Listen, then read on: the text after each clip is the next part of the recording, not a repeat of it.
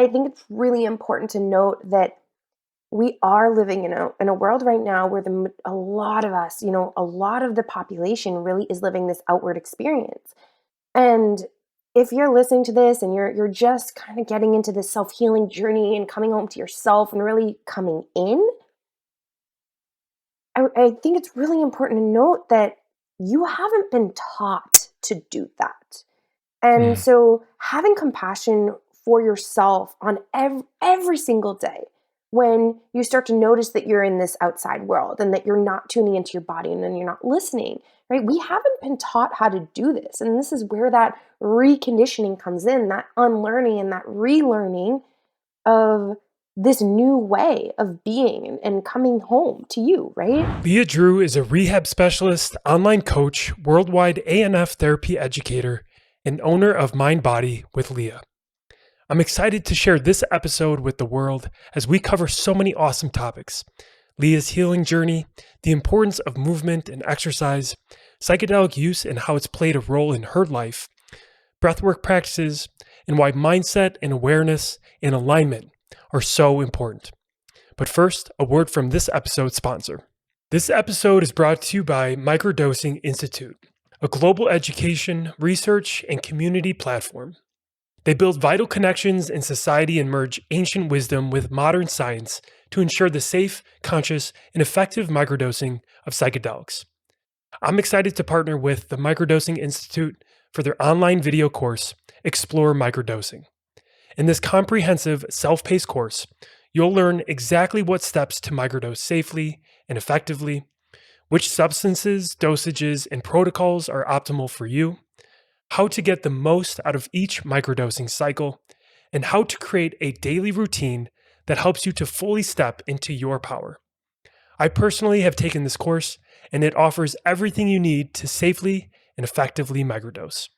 Head over to microdosinginstitute.podia.com.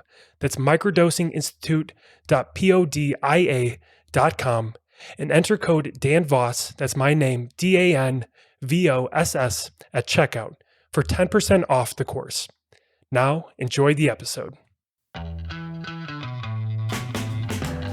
You're listening to A New Way of Living with Dan Voss, inspiring you to a new life of breathwork, cold therapy, and plant medicine. In this week's episode, my guest is Leah Drew. Leah has spent years learning the tools to optimize her physical, mental, and emotional health. She's a rehab specialist, online coach, worldwide ANF Therapy educator, and owner of Mind Body with Leah. After not finding the help or tools that she needed, Leah healed herself from severe anxiety, depression, and chronic pain. Since then, she has committed herself to working with clients both online and in person to decrease their pain, improve their strength, and reclaim their quality of life. I'm having Leah on the podcast because she has lived through it, discovering healing modalities like breathwork, psychedelics, energy healing, movement and pain management, emotional health and healing, the importance of mindset and awareness, and raising our vibration to live more fully and freely. Leah, welcome to the show. Dan, thank you so much. It's such a pleasure to be here. And I'm not going to lie to you. I don't know if it's your amazingness or the full moon in Cancer or what, but that intro had me like all teary-eyed over here. I'm like, thank you. Yes, I love to hear that. Yeah, I pulled bits and pieces from your bio on your website. And then this morning I was just like totally vibing and jiving and just wrote out like a few sentences and I read it out. I'm like, this feels good. So I'm glad you appreciate it. And thanks for acknowledging it. So juicy. Thank you for that beautiful introduction. Yes, absolutely. I'd like to start off conversation actually sharing some of your website and your social media so that people can start looking you up in the beginning of our conversation rather than waiting to the end. So your website is mindbodywithleah.com. You're on Instagram. I would say that's probably where you're most active. Your handle is at mindbodywithleah. You also have a Facebook group, Holistic Healing Tribe. Is there anywhere else that you'd like to point people online or on social media? Not specifically. I tend to show up mostly on Instagram and in my Facebook group, in my Holistic Healing Tribe. So I would love to have you join us if you're interested. Yes. Yeah. Check it out. Yeah. Leah has such awesome work and I love seeing, and I'm really not just saying this because you're my podcast guest and we're talking right now, but I love scrolling through Instagram, and sometimes there's just like certain posts that you resonate with so much. And I'm pretty sure if I go into like my saved posts on Instagram, there's definitely a few of yours that are in there. There's just certain topics that you talk about, whether it's healing or self-love, and it totally resonates. So definitely check Leah out on Instagram and her website and in the Facebook group. Thank you. That I'm so grateful to hear that. I really Yeah. I really seek to show up on social media a little bit differently. I truly believe Hmm. that vulnerability changes the way that we are able to show up. Vulnerability, I Hmm. think, gives us permission when we see vulnerability being expressed through others. I think it gives ourselves permission to be more vulnerable and be more open and be able to do more of that healing. So I'm really glad that some of my words and my posts resonate with you. And thank you for sharing. Totally. Totally. I love that idea of vulnerability too, especially for men. It's very easy to get fearful and worried about what other people are going to think and not put ourselves out, our true selves out there, right? Um, I'm actually reading Mhm. Brene Brown's book, Daring Greatly, and that's a big component of the book is being vulnerable and having courage. And that's something that I'm kind of going through right now, is just like having that strength to be my true self. And it's not always easy. Like I guess another way of saying that is it's actually very easy to go about life in a way that is not serving you and your true being, and just kind of going with what everyone else wants, what society wants you to be, what your family wants you to Mm, be. yeah. And that's been a big part of my journey in the last year or so, is figuring out who I am and then just living in alignment with that. So yeah, I love the idea of vulnerability and having courage. Yeah, it's not easy, right? And in our lives, I truly believe as we start to wake up and as we start to become more conscious humans, we live this life of unlearning all of these things that we've learned growing up. And you commented specifically on men, and I actually, again, these universal pokes and pings that are happening between you and I today over the last week. I've had this full realization that, the longest term clients that I've worked with and the clients that I've been the most deeply a part of their lives have been men. And for a little while more recently, I was feeling like, should I be helping women? Should I be called to help women? I was kind of feeling that call, and I sat back and I was like, I freaking love working with men because you said it so perfectly. There's something about for men around being nurtured and being held and having a safe space held by a woman to Mm. allow them to learn to feel and allow them to come back into their body, and that brings them so much healing. And I think sometimes when men are working with other men, there still ends up being this component of ego and competition sometimes. It's just Hmm. natural. It's what happens, right? Men are constantly trying to compete with one another. You go back into ancient times, and that's what men did. They fought and they battled, and I think that bringing this aspect of vulnerability into our population right now is more important than ever, because we are going through this massive shift within our society, within our world. We've been having technology in our hands for, heavily for about 20 years now, and we're seeing the Hmm. shift in perspective and in how it has taken human beings away from themselves and directed it more into the outside world. And that's not where the magic happens. The magic happens Yeah. when we come back and when we come home to ourselves. So I am so glad that you are working on that vulnerability piece, and it's scary and it's sometimes feels really challenging and hard, but it's always so fucking beautiful what you come out with on the other side. Yes, absolutely. Yeah, you just opened up a really interesting conversation around uh, the idea of going inward or outward, and so much of our society tends to go outward just because it's so easy and it's so convenient and it's everywhere around us. Whether it's pop culture or sports or television or movies or music, and some of those things can be great. I enjoy all of those things at a time and place, but Absolutely. oftentimes we get sucked into that where it's like that is our day-to-day activity or what we do with our free time, and we totally lose sight of just going out for a walk and being in silence, or like just having some time to think things out or meditate or do breath work or any other kind of self-healing or self-love activity. And yeah, that's been a big part of my last year, I would say, is just like going inward and taking that time and making effort and putting the work in to figure out who I am and what I want to be and what I want to deliver and give to this world. And it does take work, it does take time, but when you get there, it feels so good. It feels so good. It feels so right. Like we were talking about the idea of alignment earlier, and I finally feel like I'm in a place in my life right now where I'm like working on things with my career that are fully aligned with who I am, and fostering relationships that I finally feel good about, right? It's not fake or it's not forced. It's real love. It's real connection. It's real community. And that's a whole other conversation, is community aspect. Like we need that more than ever, especially now.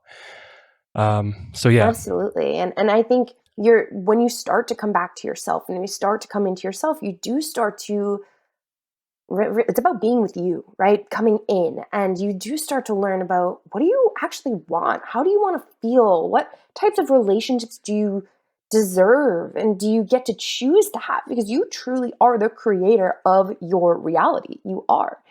And, I think it's really important to note that we are living in a world right now where a lot of us, a lot of the population really is living this outward experience. And if you're listening to this and you're just kind of getting into this self-healing journey and coming home to yourself and really coming in, I think it's really important to note that you haven't been taught to do that. And so having compassion for yourself on every single day, when you start to notice that you're in this outside world and that you're not tuning into your body and then you're not listening, right? We haven't been taught how to do this. And this is where that reconditioning comes in, that unlearning and that relearning of this new way of being and coming home to you, right?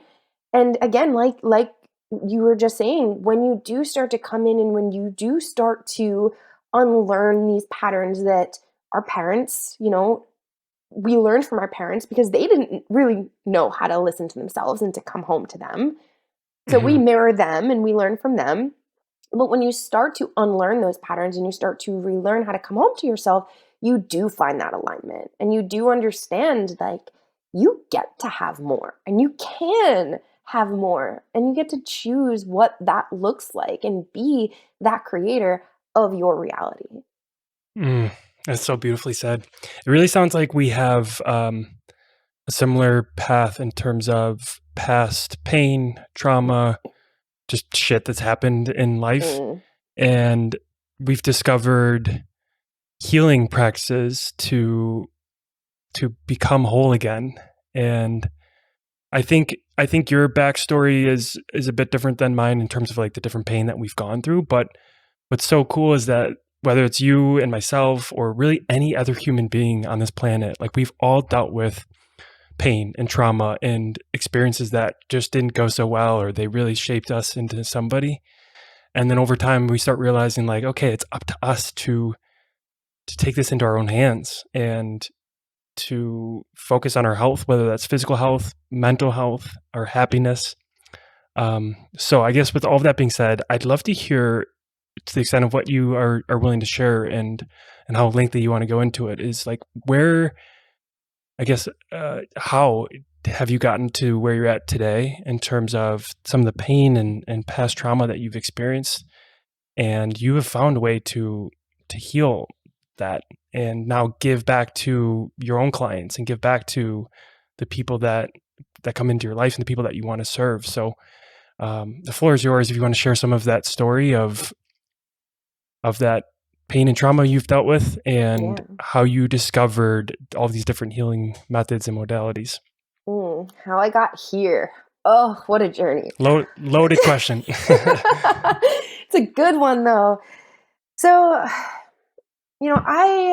I recently worked with a coach and I absolutely love her. She has been so incredibly supportive for me. And one of the things that she said to me that I really found it challenging to resonate with was that your story of pain and challenge don't make you who you are, right? And when you focus on those, it ultimately stimulates more pain and challenge. And in Mhm. a lot of ways, I don't necessarily agree with that. Do I believe in the law of attraction? Absolutely. What you focus on is what you are going to receive.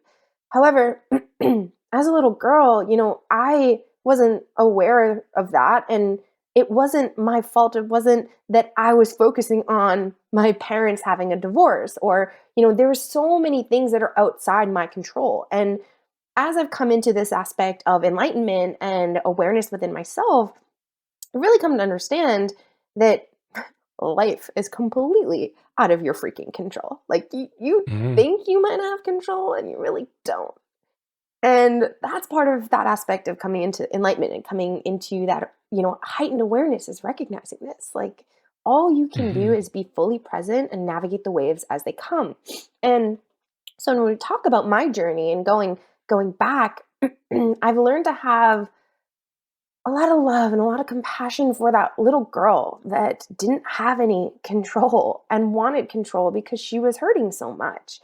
And forgiving myself for not being able to really change where I was at the time. And my childhood was really stressful. It was pretty emotionally traumatic. I love both of my parents. They are amazing humans and they did the best with the tools that they had available to them. And I went through a lot of emotional challenges and a lot of emotional trauma growing up. My parents went through a really rough divorce, and I unfortunately ended up in the middle of a really messy and sticky situation between the two of them. And there was a lot of stress around finances, and my dad remarried, and there was another woman, and there was, blending of families, which really didn't go super well. And through all of this, I just hurt. I was in so much pain and I didn't feel like anyone was helping me. And I just, I I wrote a blog post last week surrounding this really life-changing breakup that I went through. And as I was writing this, I started to understand why I endured so much promiscuity in my younger years. And it was truly because I was seeking connection. It wasn't like I Mhm. was just, it wasn't like I wanted to go around and have sex with the world. That wasn't what it was about for me. It was recognizing like recently, like, wow, you didn't have anyone to connect to as a little girl.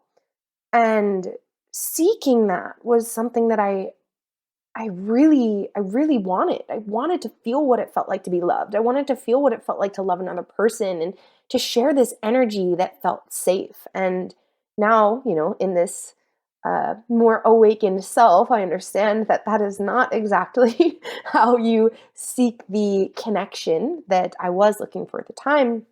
But I went through a lot. And when I got into high school, um, I had a really life-changing event happen, and it wasn't until later on in my life that I understood why that happened. And I had a lot of health problems starting around when I developed my period is when they started, and I started having really intense GI symptoms, and I couldn't digest anything, and I was really suffering. So much of my childhood I remember being hugging the bottom of the toilet just in Mhm. misery, feeling alone, feeling physical pain, feeling mental and emotional pain. And when I got to be a senior in high school, I was at the point where I was taking Prilosec every single day to help my body digest the food that I was putting in it. And Mhm. that was actually destroying my stomach lining, one.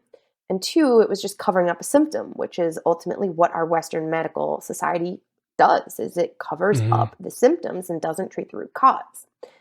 no one ever found the root cause with me. And it wasn't until I started internally bleeding that it was recognized that I had a pancreatic tumor the size of an orange.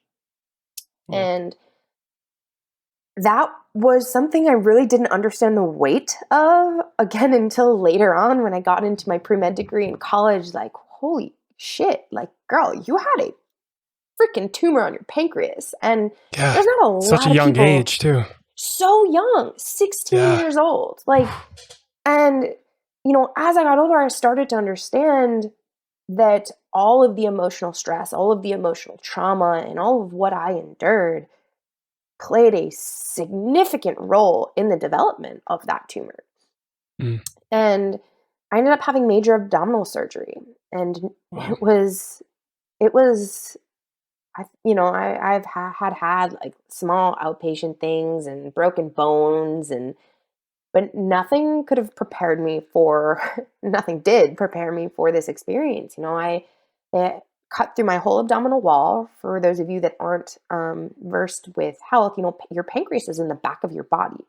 So they cut me open and they went in and they had to dig all the way to the back, move all my organs around to get to this tumor, to remove it. And with it, they removed a piece of my pancreas, the tail.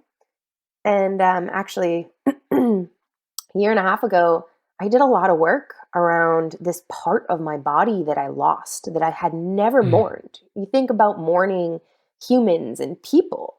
And when we lose something within ourselves, an organ, even a bone or a piece of skin, we don't mourn that loss.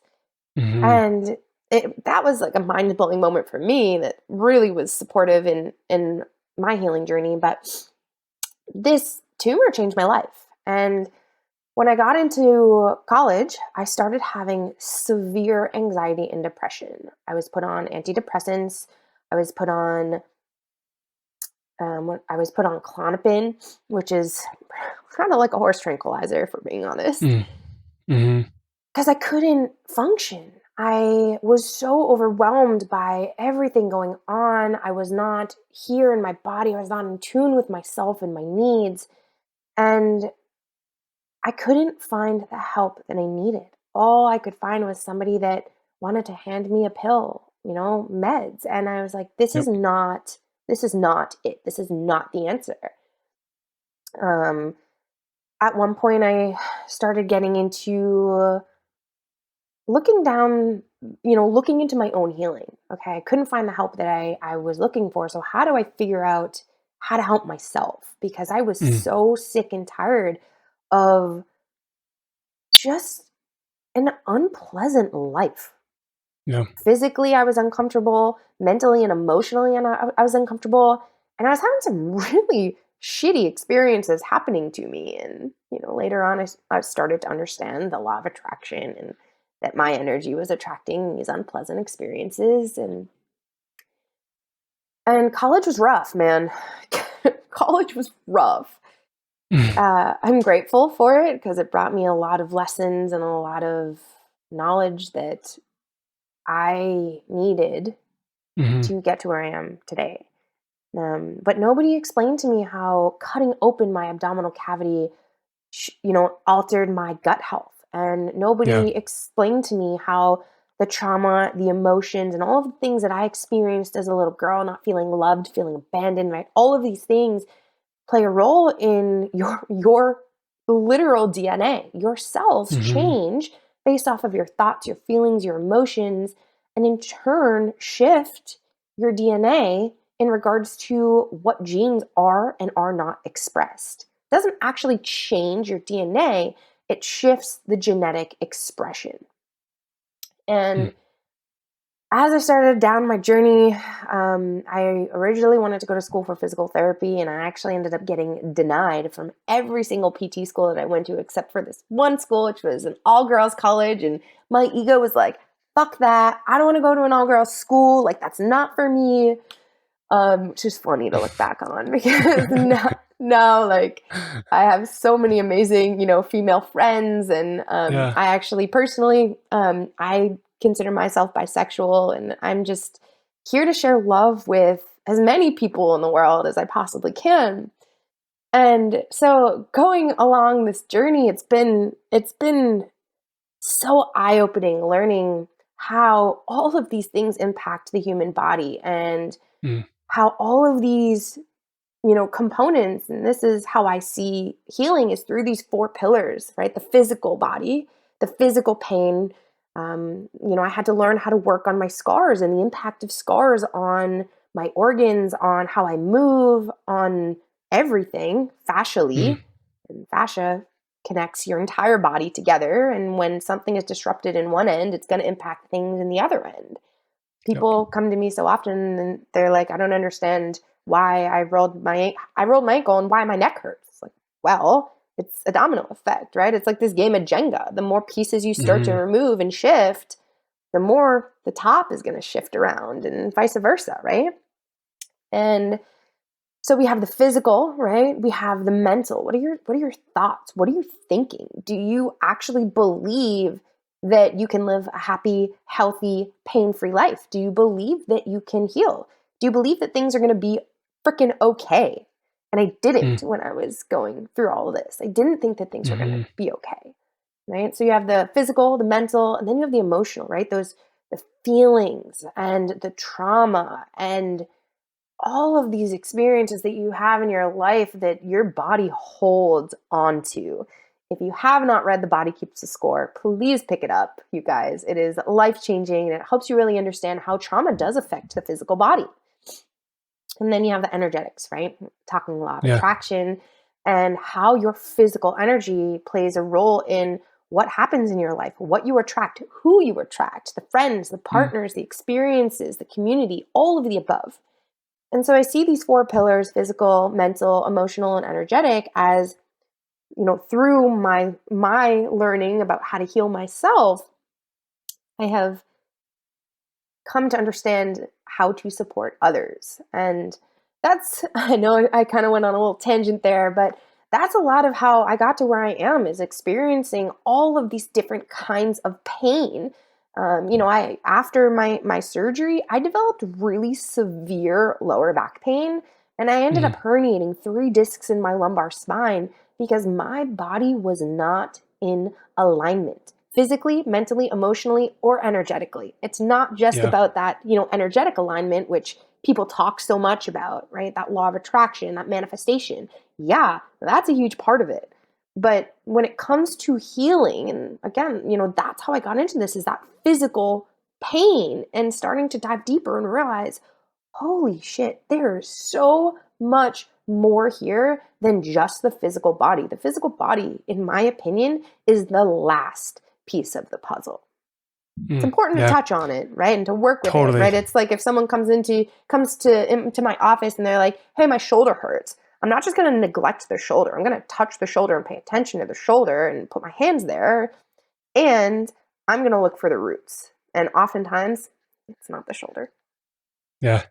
Thank you so much for sharing all of that. It is back to being vulnerable and like opening up to difficult conversations, especially like I said, at such a young age that you had such a traumatic experience, and it led into other areas of life that you know brought up other challenges for you, whether it was physical or mental or emotional. But what's so cool with that story is that you didn't let it define who you are, and you didn't let yourself fall into that victim mentality. And you decided, I'm going to take control of my health and put it back into my own hands. And I don't care what it's going to take. I don't care how many hours I'm going to have to spend to research and to learn and to heal, but you're going to do it. And you did. And good for you. I don't know if you Mm, probably hear that enough, but like seriously, kudos to you for taking that leap of faith and taking control um, for yourself. Because that's at the end of the day, what you need is you got to do it for yourself. So with that, what are some of the main, or I guess like the biggest, you could call them tools or methods or practices that you've discovered? And even if you want to maybe talk about it on a chronological order, because for me, in my healing journey, or just the last couple of years, discovering new things and and becoming whole again, it was like one thing led to another. I think we were talking about this a little bit before we hit record on like my journey and how I've gotten into all the things that I'm excited about right now. And it started off with Wim Hof method and cold exposure, which ironically was like right around myself, like going through a breakup. It was like a month before my girlfriend broke up with me. And I was like, wait, hold on. I have this tool that I just learned about breath work and cold exposure. And then like practicing that on a daily basis and realizing how much it helps. It was like, this is so cool, man. So for me, it was Wim Hof that led me into breath work. And then that opened up a whole door of awesome opportunities within the breathwork space. And then from there, I was also learning more about psychedelics and bringing that into my life. So I'd love to hear, it sounds like we have some different paths that we've gone down, but I'd love to hear some of your favorite topics that you've used and tools that you've discovered to heal. Yeah, I'd love to share. A lot of those have played a big role in my healing journey as well. Yeah. One of the things that you just said that I I love that you said it. You talked about being whole. And when it comes to healing, a lot of clients come to me and they feel so broken. They feel so just not whole. And a really important thing to recognize is it doesn't matter where you're at in your healing journey, you are always whole. You are always healing and you are always whole. And you get to shift, change, and grow what that wholeness looks like and feels like. And doing so through so many of these tools that we have to our grasp here and available to us, I should say, just helps that. It's just a support system, right? It's like when you're going to grow plants, like plants need water, they need, fertilizer, they need sunlight, they need all of these things, good airflow, because without them, these tools aren't going to help them grow. And same thing with us, like this beautiful temple that you are living in, right? It's like, support it, help it grow, help it flourish. And so for me, movement and the physical body was the first piece for me. And it's huge.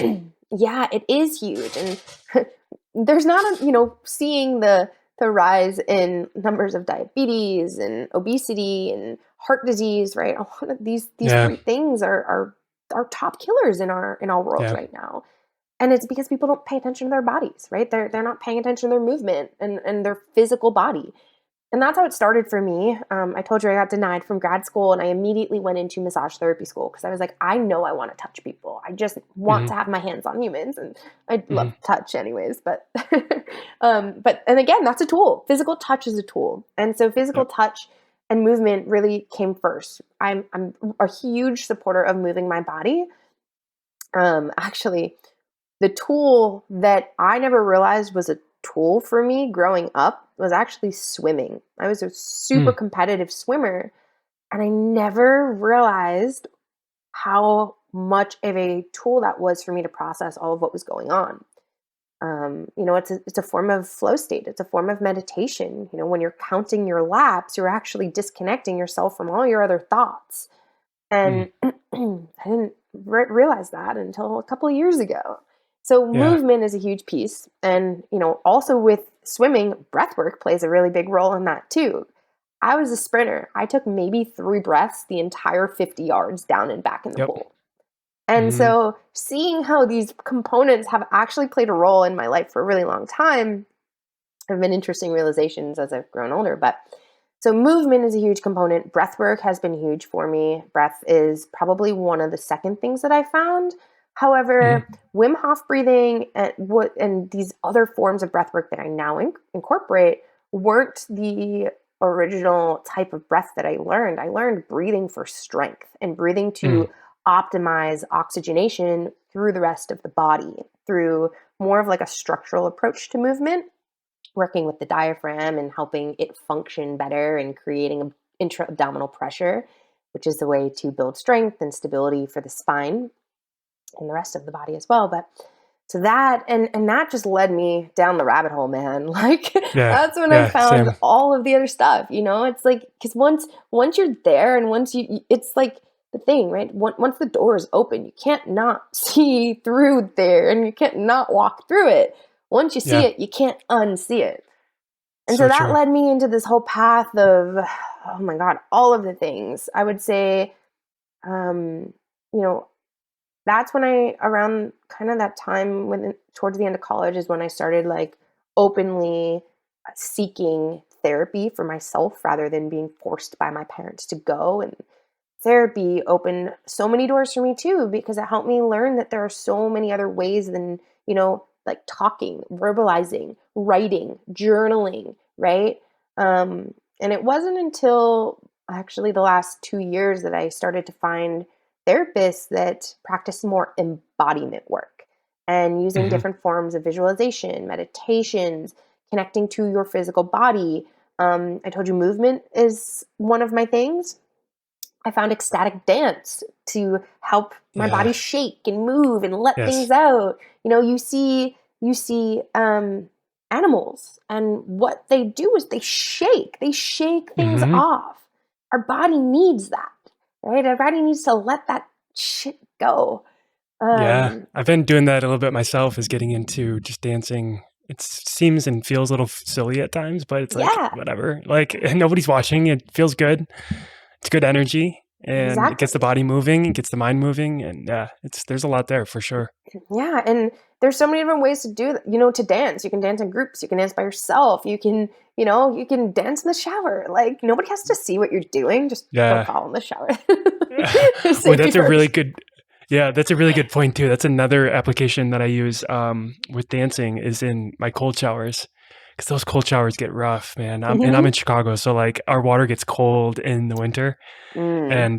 And sometimes, just standing there and trying to like force your way through it doesn't work. So I'll just start like dancing a little bit. And of course, safely, I'm not like going nuts in there, but it's just like, it's just in a way, it's a distraction for me to not Yeah, focus on the cold and just focus on the exactly. dancing and the flow and the rhythm and yeah, all of that. So very cool. Yeah. Another big thing I've gotten into lately is, well, I've been into meditation for, Mm. gosh, Oh, how probably did I close to miss 10 that? years now. You mentioned the word meditation. Yeah, you totally you talked about, you slipped it in there quickly. Um, so actually, what's interesting is meditation is like the first, um, probably one of the first things I came across for everything that we're talking about, right? Like just healthy Mm. practices in healing. Even before breath work, before cold exposure, like meditation for me was the first thing that Domino. kind of broke the door open. Yeah, first Mm. domino to fall. And then what's been really beautiful is it's re-entered my life in the last 3 to 6 months.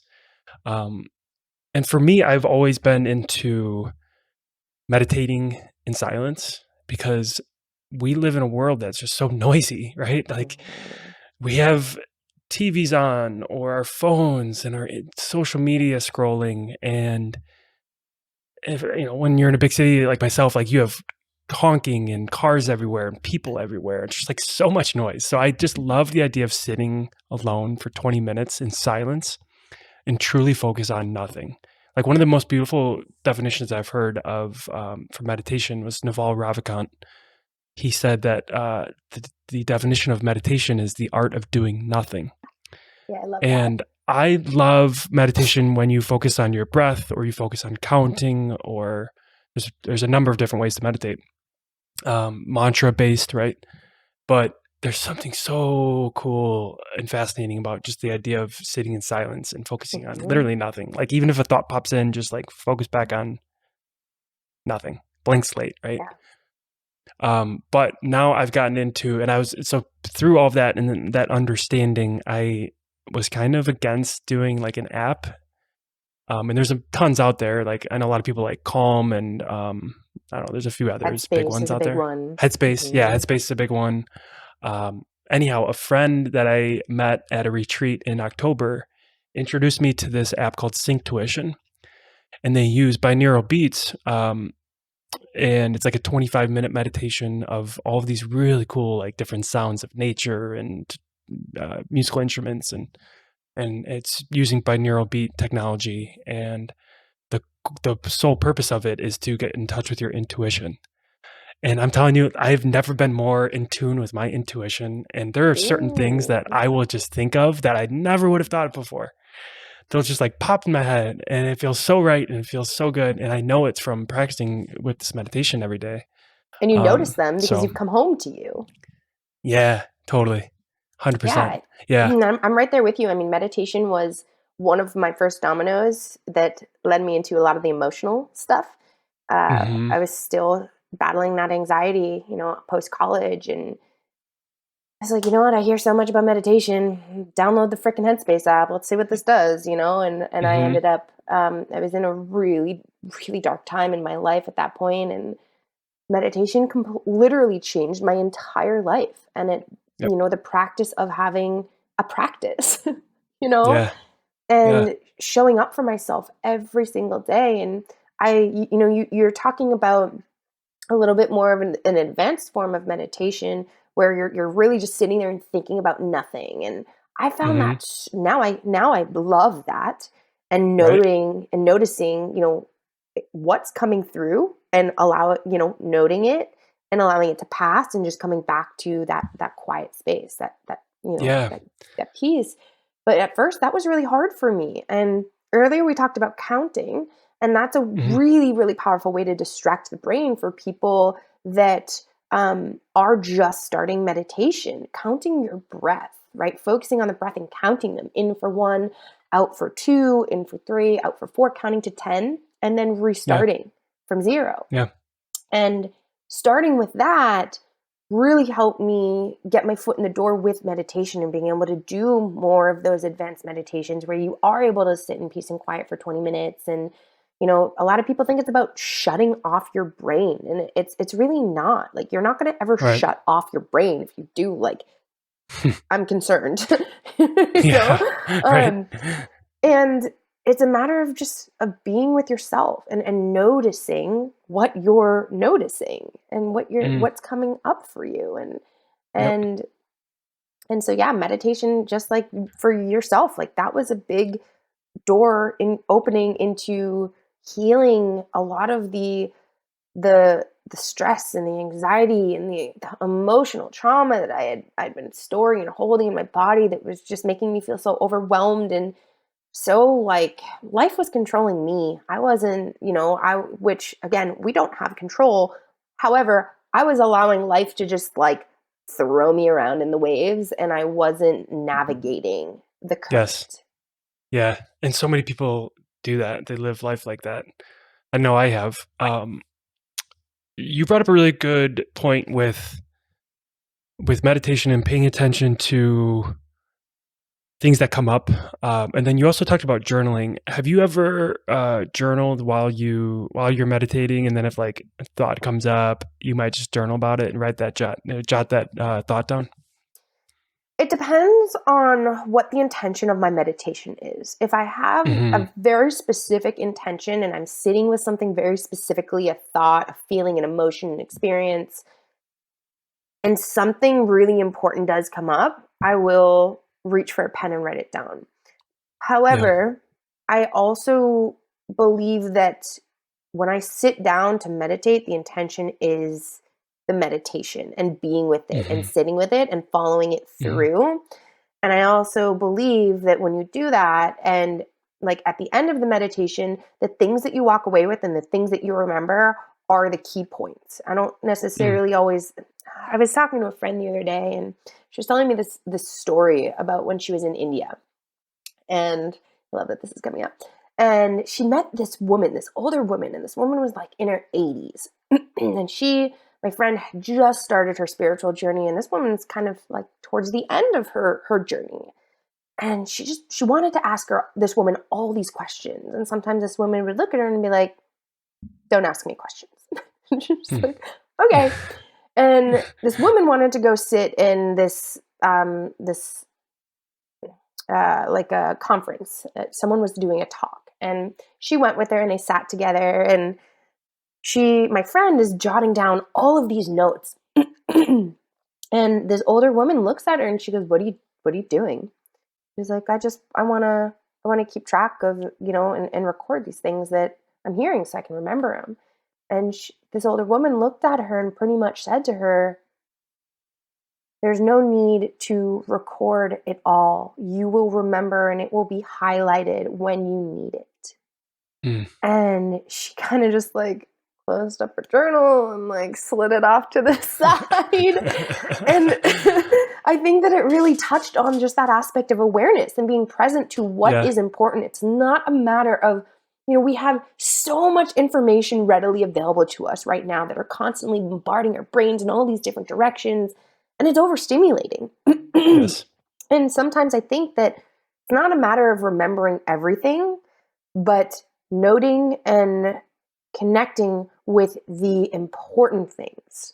And so when it comes to like this aspect of like writing things down in the middle of my meditation, again, if I'm doing something really specific where I really want to note down like lists or something to get a bigger picture, I will, but I usually don't. It's usually more of, let me sit with this, let me follow this through, let me finish this meditation. And whatever I sit with and whatever I come out with is what's most important.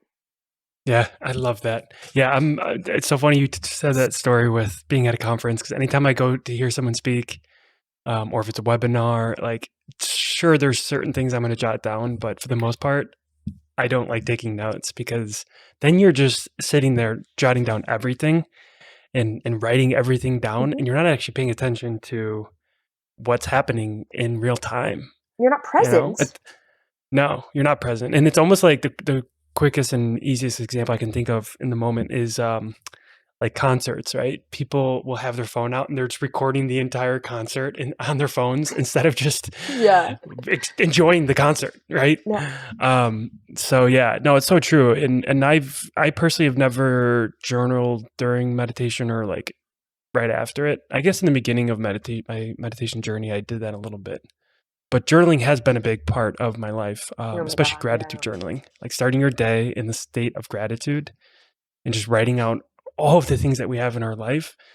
It's such a good way and a quick way to change your state of being, where you might be upset about something, or you just woke up and you're like, I don't really feel like doing life today. I don't really feel like going through all of the work and humaning, adulting. Going to meetings or whatever it is, getting projects done, and you spend 5-10 minutes focusing on gratitude through specifically gratitude journaling. Next thing you know, you're like, all right, sweet, let's go. I'm ready to go. It's like totally changes everything. And that's all of what we're talking about here, right? With all of these tools, it's about changing your state. And you can do that. You can change your state in 20 to 30 seconds, and it's like, how are you doing that? And you get all these tools to do so. But I think, again, it's about that present awareness, right? If you are not fully present in the moment, you're not going to be able to fully be with yourself or fully engage with the world around you. And I'm reading another book right now called The One Thing. And it talks so much about how Gary our Keller. brains, so good. I love that book. Yeah, it's so good. And it's so simple, and yet you still sit there and you're like, holy shit, like, how did I not know this? And then you realize, oh, it's because I've had too much stimulation in my brain, and my brain doesn't have the space to know this. Right. And it's all about, recognizing that there is so much input. And when there's too much input, our brains cannot cope. It can't, we can only focus on one thing at a time. Right. And so going back to that aspect of going to conferences and writing down everything, how the hell do you think that you're going to be fully present and fully soak in all of what you are receiving and the energy that you are sitting in if you are so focused on getting every little word down on this piece of paper? Yeah. Totally. Yeah. Thanks for bringing up that book recommendation. I read that a few years back. I think this is an opportunity for me to reread that. I feel like I would totally benefit from it, because we were talking about before our recording here, things that I'm excited about. And I feel like there's so much excitement in my life, which is amazing. Like I have so many projects and things that I'm like, yes, this is going to be, I can feel it. Right. but it's also flirting, I think, a little bit with like that danger zone of putting on too much at once, right? Like for me, it's the podcast. I'm getting into the breathwork facilitation certification, which is a 6-month program. We're meeting, twice a month and assignments throughout the week. And then stepping into, life coaching and transformational coaching and building that up from the ground up. Like that's a lot to do all at once. But for me, I'm like, they're all important. How do I choose one? But A back to the battle book, of the an one, entrepreneur, right? right? Yeah, totally. We all face those same challenges. But going back to the book, it's like, what is the one thing I can do today that's going to make everything else easier in my life? And sometimes that's saying no to certain things and being okay with that. It's okay to put aside a project or even let it die out. Because once you do focus all of your energy on that one thing, that is the most important thing, Yeah. so many other doors and opportunities open up. And It's really you fascinating. can't, it is fascinating. And it's so true. And you can't do, if you're trying to do everything, you're not going to do anything really well. Mm-hmm, mm-hmm, That's been one of my biggest takeaways with this book is again, like being an entrepreneur. And, I've paid myself for 5 years now. And it's like, well, I can't do everything. If I try to do everything, nothing's going to go well, Yep, exactly. So yeah. And again, it's just all of these tools, right? They're here to support our shifting of state and helping us be more optimal and supporting ourselves through our healing and our growth. And I love Yeah, that, like, there's been so many parallels here with our journeys and what's been helpful. totally. And I love that. And one of the other things that we were talking about before this was psychedelics and how that's played Yes. such a huge role in both of our journeys. And I'd love to chat about some of that a little bit. No, there was a weird frequency through our Zoom call here with reading my mind because I was just about to pivot over to psychedelics. 'Cause you talked about changing our state, and a lot of what we talked about right now is natural ways to do that through breath work. And for me, I love the cold exposure, meditation. Those are all free, natural ways that we all have access to. But then I know we both have discovered psychedelics and have gained so much from that. So I'd love to hear how that has been introduced into your life and how you've applied it, because for every person, their journey is a little bit different, whether it's, different goals that they want to different outcomes that they want based on their past, right? Some trauma that they might need to heal or even just the present. Whether it's therapeutic use or if it's actually just like recreational use. Mm-hmm. And for me, I shared with you how I've had very limited experience with larger doses. I'm more into microdosing currently, and that has been a beautiful way to create a future that I truly want. So I'm like, it's not so much healing the past or healing past trauma. It's about creating, for me, it's about creating a really beautiful present and then also creating the future that I want.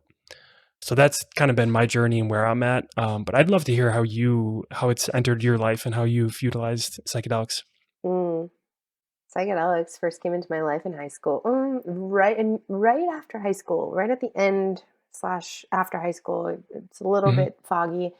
I definitely won't forget the experience though. I definitely ate a lot of mushrooms, and I remember three actually very specific things that happened that in that experience. This was more recreational use. This was not more Mm-hmm. therapeutic use. But I remember seeing frequencies. I remember seeing music in the air, and I was like, "Whoa! Like, what is this?" And I remember the trees hugging me and coming down with their branches and just making me feel so held. And then I remember being at the beach and just how beautiful nature was. And I remember seeing this incredible cruise ship in the sky and the clouds. And I was like, whoa, like what's going on here? And then I didn't pick up psychedelics for a really long time. And I always remembered this. It was like, oh, interesting. And I just remembered feeling so good and feeling so loved and feeling so held and like feeling so much peace and ease during my Mm-hmm. experience with the mushrooms. And years later, I in college, I dabbled with some more recreational use. Didn't feel great. It wasn't as profound as that experience because I would go to concerts or, again, things that really took me into the external environment versus bringing me into the internal environment, which is Hmm. when I started using psychedelics more in a therapeutic way to start coming more into my internal environment. And a couple of years ago, this was when microdosing started getting some talk, and this was when it had like just started getting some talk in the public, and Joe Rogan was starting to talk about it, and it was becoming the trend. Yeah. And I have a really great friend who I started talking to him about mushrooms, and I knew that he used them and in different ways, and he started recommending microdosing to me for some of the reasons that I was seeking, right? Some of that emotional processing, some of the emotional support, helping clear up some of my brain fog a little bit, and back into my body. And so I started microdosing psilocybin around the time that I stopped taking my antidepressants. Mm. And it was fucking game changing for me. Hmm. It was so eye opening how much it helped with reducing my stress, reducing my anxiety, and you don't feel it. Like microdosing shouldn't be Right. felt. It's such a small amount that it supports the chemical reactions and the physiological changes in your body, but not enough to make you trip or see things in Hmm. the sky or, Hmm. have the trees hug you. Like I like hugging trees, but Right. um, and so that was when I started using it more therapeutically. And since it's been a part of my life, I do microdose both psilocybin and LSD, and they both Hmm. have their own impacts on me. I find mushrooms are my favorite because they ground me to Mother Earth and they help me more come into myself and process my emotions. Hmm. That microdosing with LSD tends to help me be more focused and more zoned in and feel a little bit Mm. more productive and like Okay. sharp. And those are the two differences I've noticed with the different choices of psychedelic use. Yeah. And then I started dabbling in macrodoses. And I have not done a specific heroic dose, but I've gone upwards about 4 grams. And For mushrooms. yes, Hmm. and they say heroic dose is usually around 5. I also think it depends on the mushroom and how much Hmm. psilocybin is in each strain of mushroom, Hmm. and it was so game changing. Just being able to release and let things go and see things in a different perspective and heighten my vibration so much, which is what psychedelics help you do, is they help you heighten that vibration. And it started changing me, and I don't even know Mm. how to fully explain that, but Yeah. like I felt like my body was different and my cells were changing, and those the genetic expression that we were talking about at the beginning, like I started feeling like things were expressing differently. Hmm. Um, and so psychedelics have been a huge part of my journey. Mushrooms are certainly one of my favorites. And then over the last year or so, I found ayahuasca, Mother Mm. Ayahuasca, and Yeah. also, yeah, another psychedelic. And she has been brutally and beautifully healing for me in so many ways. And the re-experiencing with Mother Aya was something that I hadn't experienced with mushrooms in the same way. And that's, Hmm. grandmother, known as, ayahuasca, she tends to help you see these things that you are ready to see. Even if you don't Hmm. think you're ready to see them, she shows them to you. Hmm. And a lot of trauma healing, it's really incredible for GI health and gut healing. I will definitely say a lot of my IBS symptoms started to subside after my first time with Mother Aya. Um, that was really incredible. And ultimately, the amount of trauma processing that it allowed me to do has been very eye-opening. Yeah. One of the most eye-opening parts of using ayahuasca has been, like I said, that re-experiencing. In some of my journeys, have actually re-experienced some of that abdominal pain that I suffered with Mm, for such a long time as a little girl. And I don't, you know, there's not a lot of people that experience like physical pain, at least that I've met thus far through mhm, sitting in circles. And I mhm, did. And I did because it was a really traumatic experience for my body. And my body mhm. needed to reconnect and re experience it to fully let it go. Because if, just like emotions, right? If you don't sit with the emotion and you just tuck it under the rug, it's just going to be tucked into your body and it's going to impact you. And when you allow Yep. yourself to feel it and to experience it and then to release it and let it go, it helps with the healing. And Yeah. man, I can't say enough positive things about psychedelics and how they have supported me in my healing, in my reduction of pain, in my improvement of my cognition, in my journey and path to enlightenment and awareness. And like, oh yes, more psychedelics. Yes. You know what's so interesting is everything you just shared. As I'm listening to and thinking about others that I've talked to about psychedelics, and I guess I want to preface it like you have to be careful with it. Like there's a reason why certain substances are legal, and Hmm. you definitely want to make sure you do your research. And Yes. we were talking about set and setting earlier. That's a huge thing as well, is making sure you are with the right people and you have someone that you can trust to sit with you. Yes. Or if you're at a circle setting, that you're in a spot where you're good, right? And you certainly don't want to go into this where you're in a space in your life that's unhealthy, and it could be a little dangerous. So I want to preface it not to scare people, but to be aware that you have to go into this doing your research and knowing that there are safe ways to do this, right? Yeah. But you mentioned something really interesting, was that uh, everything that it has done for you in your life in terms of transformation and healing, and how you are obviously an advocate for it.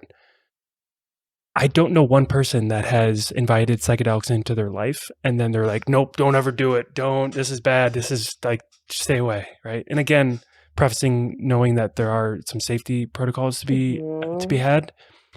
But literally every single person that has invited it into their life has said this works in some Yeah. capacity, Yeah.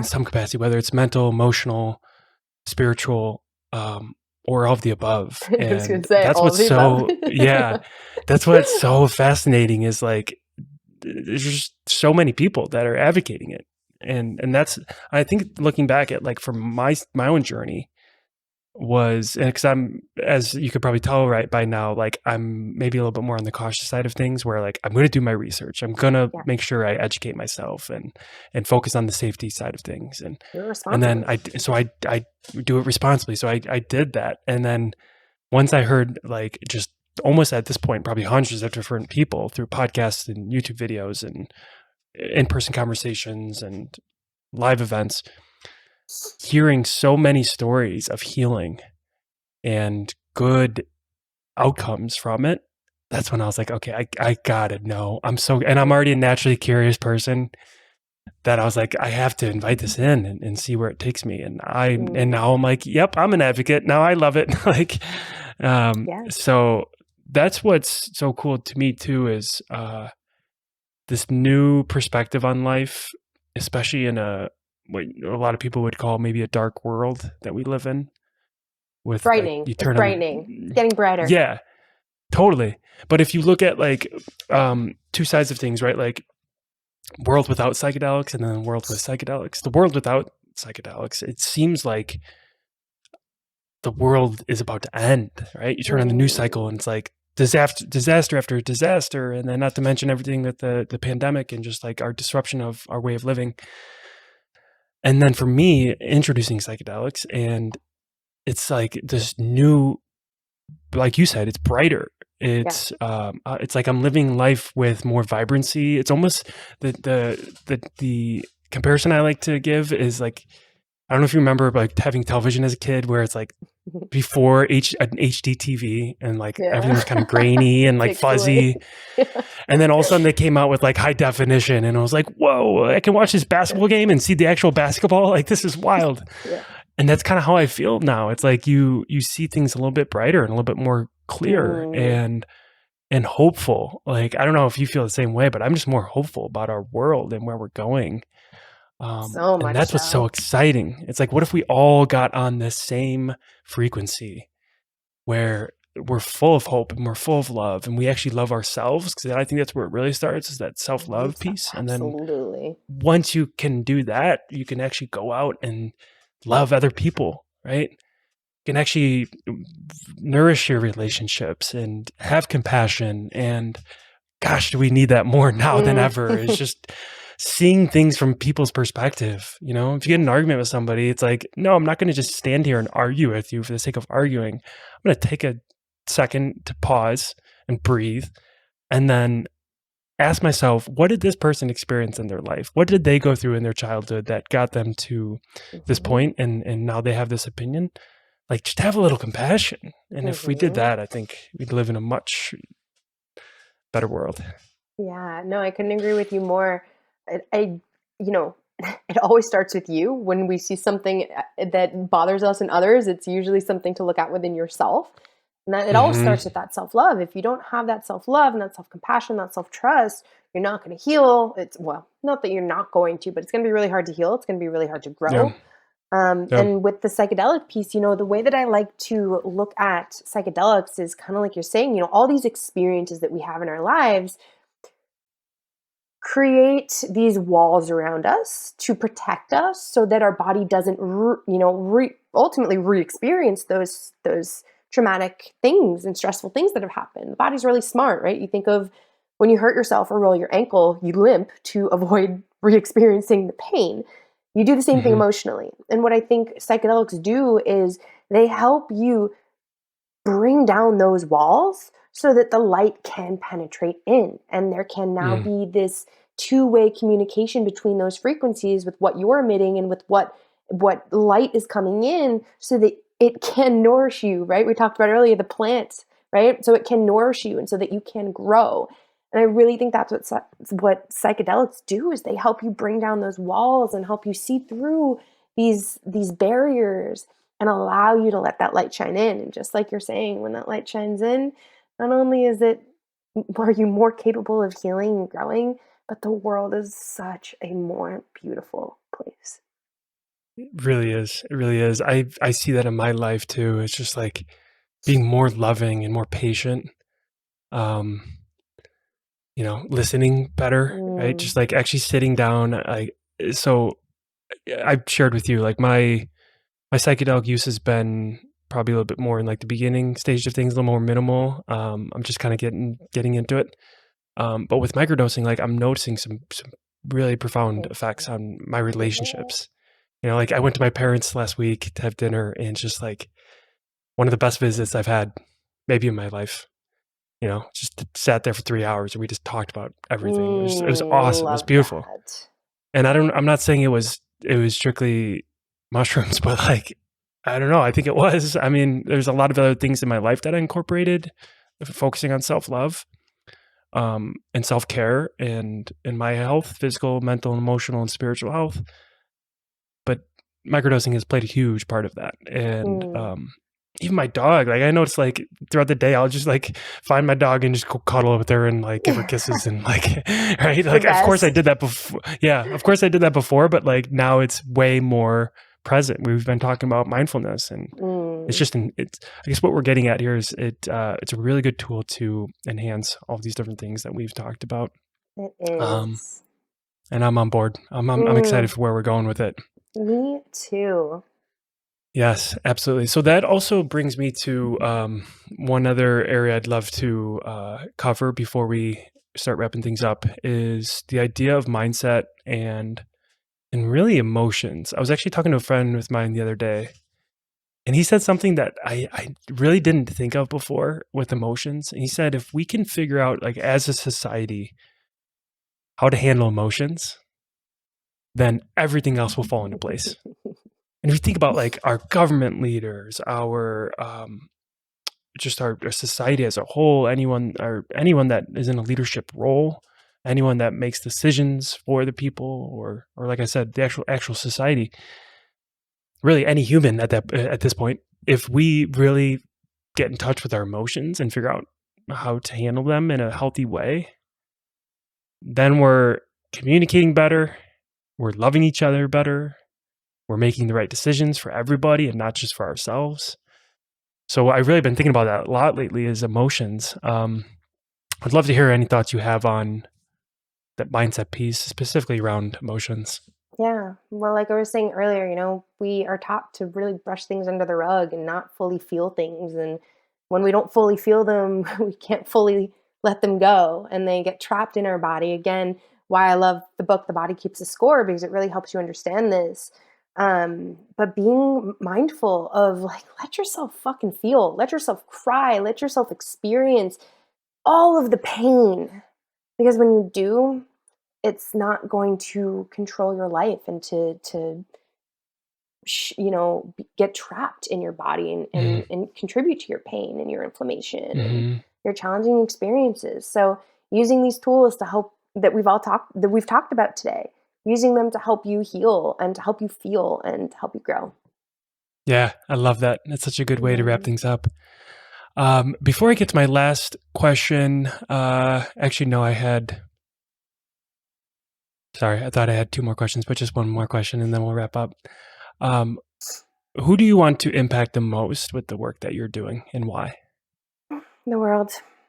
I want to help people understand that they have the ability to support themselves and to heal themselves and Mm, to help everybody feel empowered over their own journey, their own mm. bodies, their own minds, their own spirit. So as many people as I can. Yeah, it's amazing. And once you start making shifts and really start actually making an impact with people, all across the world, and you start seeing them raise their vibration and start living in a healthier way. Now they're living their lives in their truest form, and they're loving themselves and they're achieving what So they much want to more. achieve out of life. And then it's a cascading domino effect. Then they can go out and make an impact in their communities and improve their relationships and have an impact on other people, and More then it's just love. like, yeah, it's just a more loving world. So I applaud you for the work you're doing. Just keep it up, keep going. Thank you. You too, Dan. Thank you. Thanks, Leah. Yeah, we're on, I think, a similar pathway here, and it's so awesome that we connected. And I think it was probably mostly through Instagram. We Mm, all have like so many different Instagram friends now, and some of them are a little bit more like, oh yeah, I've seen them like my posts, or like we've messaged a few times. But when you actually connect and we have a chance to sit down and have a conversation like this, it's beautiful. it's pretty awesome. Yeah, I feel like I don't know, maybe I'm speaking for myself here or speaking too soon, No, but I feel like this is a friendship that's gonna keep growing I'm excited for it. for sure. Awesome. Well, Leah, thank you so much for your time, and hope you have a great day. Thank you so much, Dan. Thank you for having me. It was a pleasure, and we will chat so soon. Yes, sounds great. All right, take care. Bye.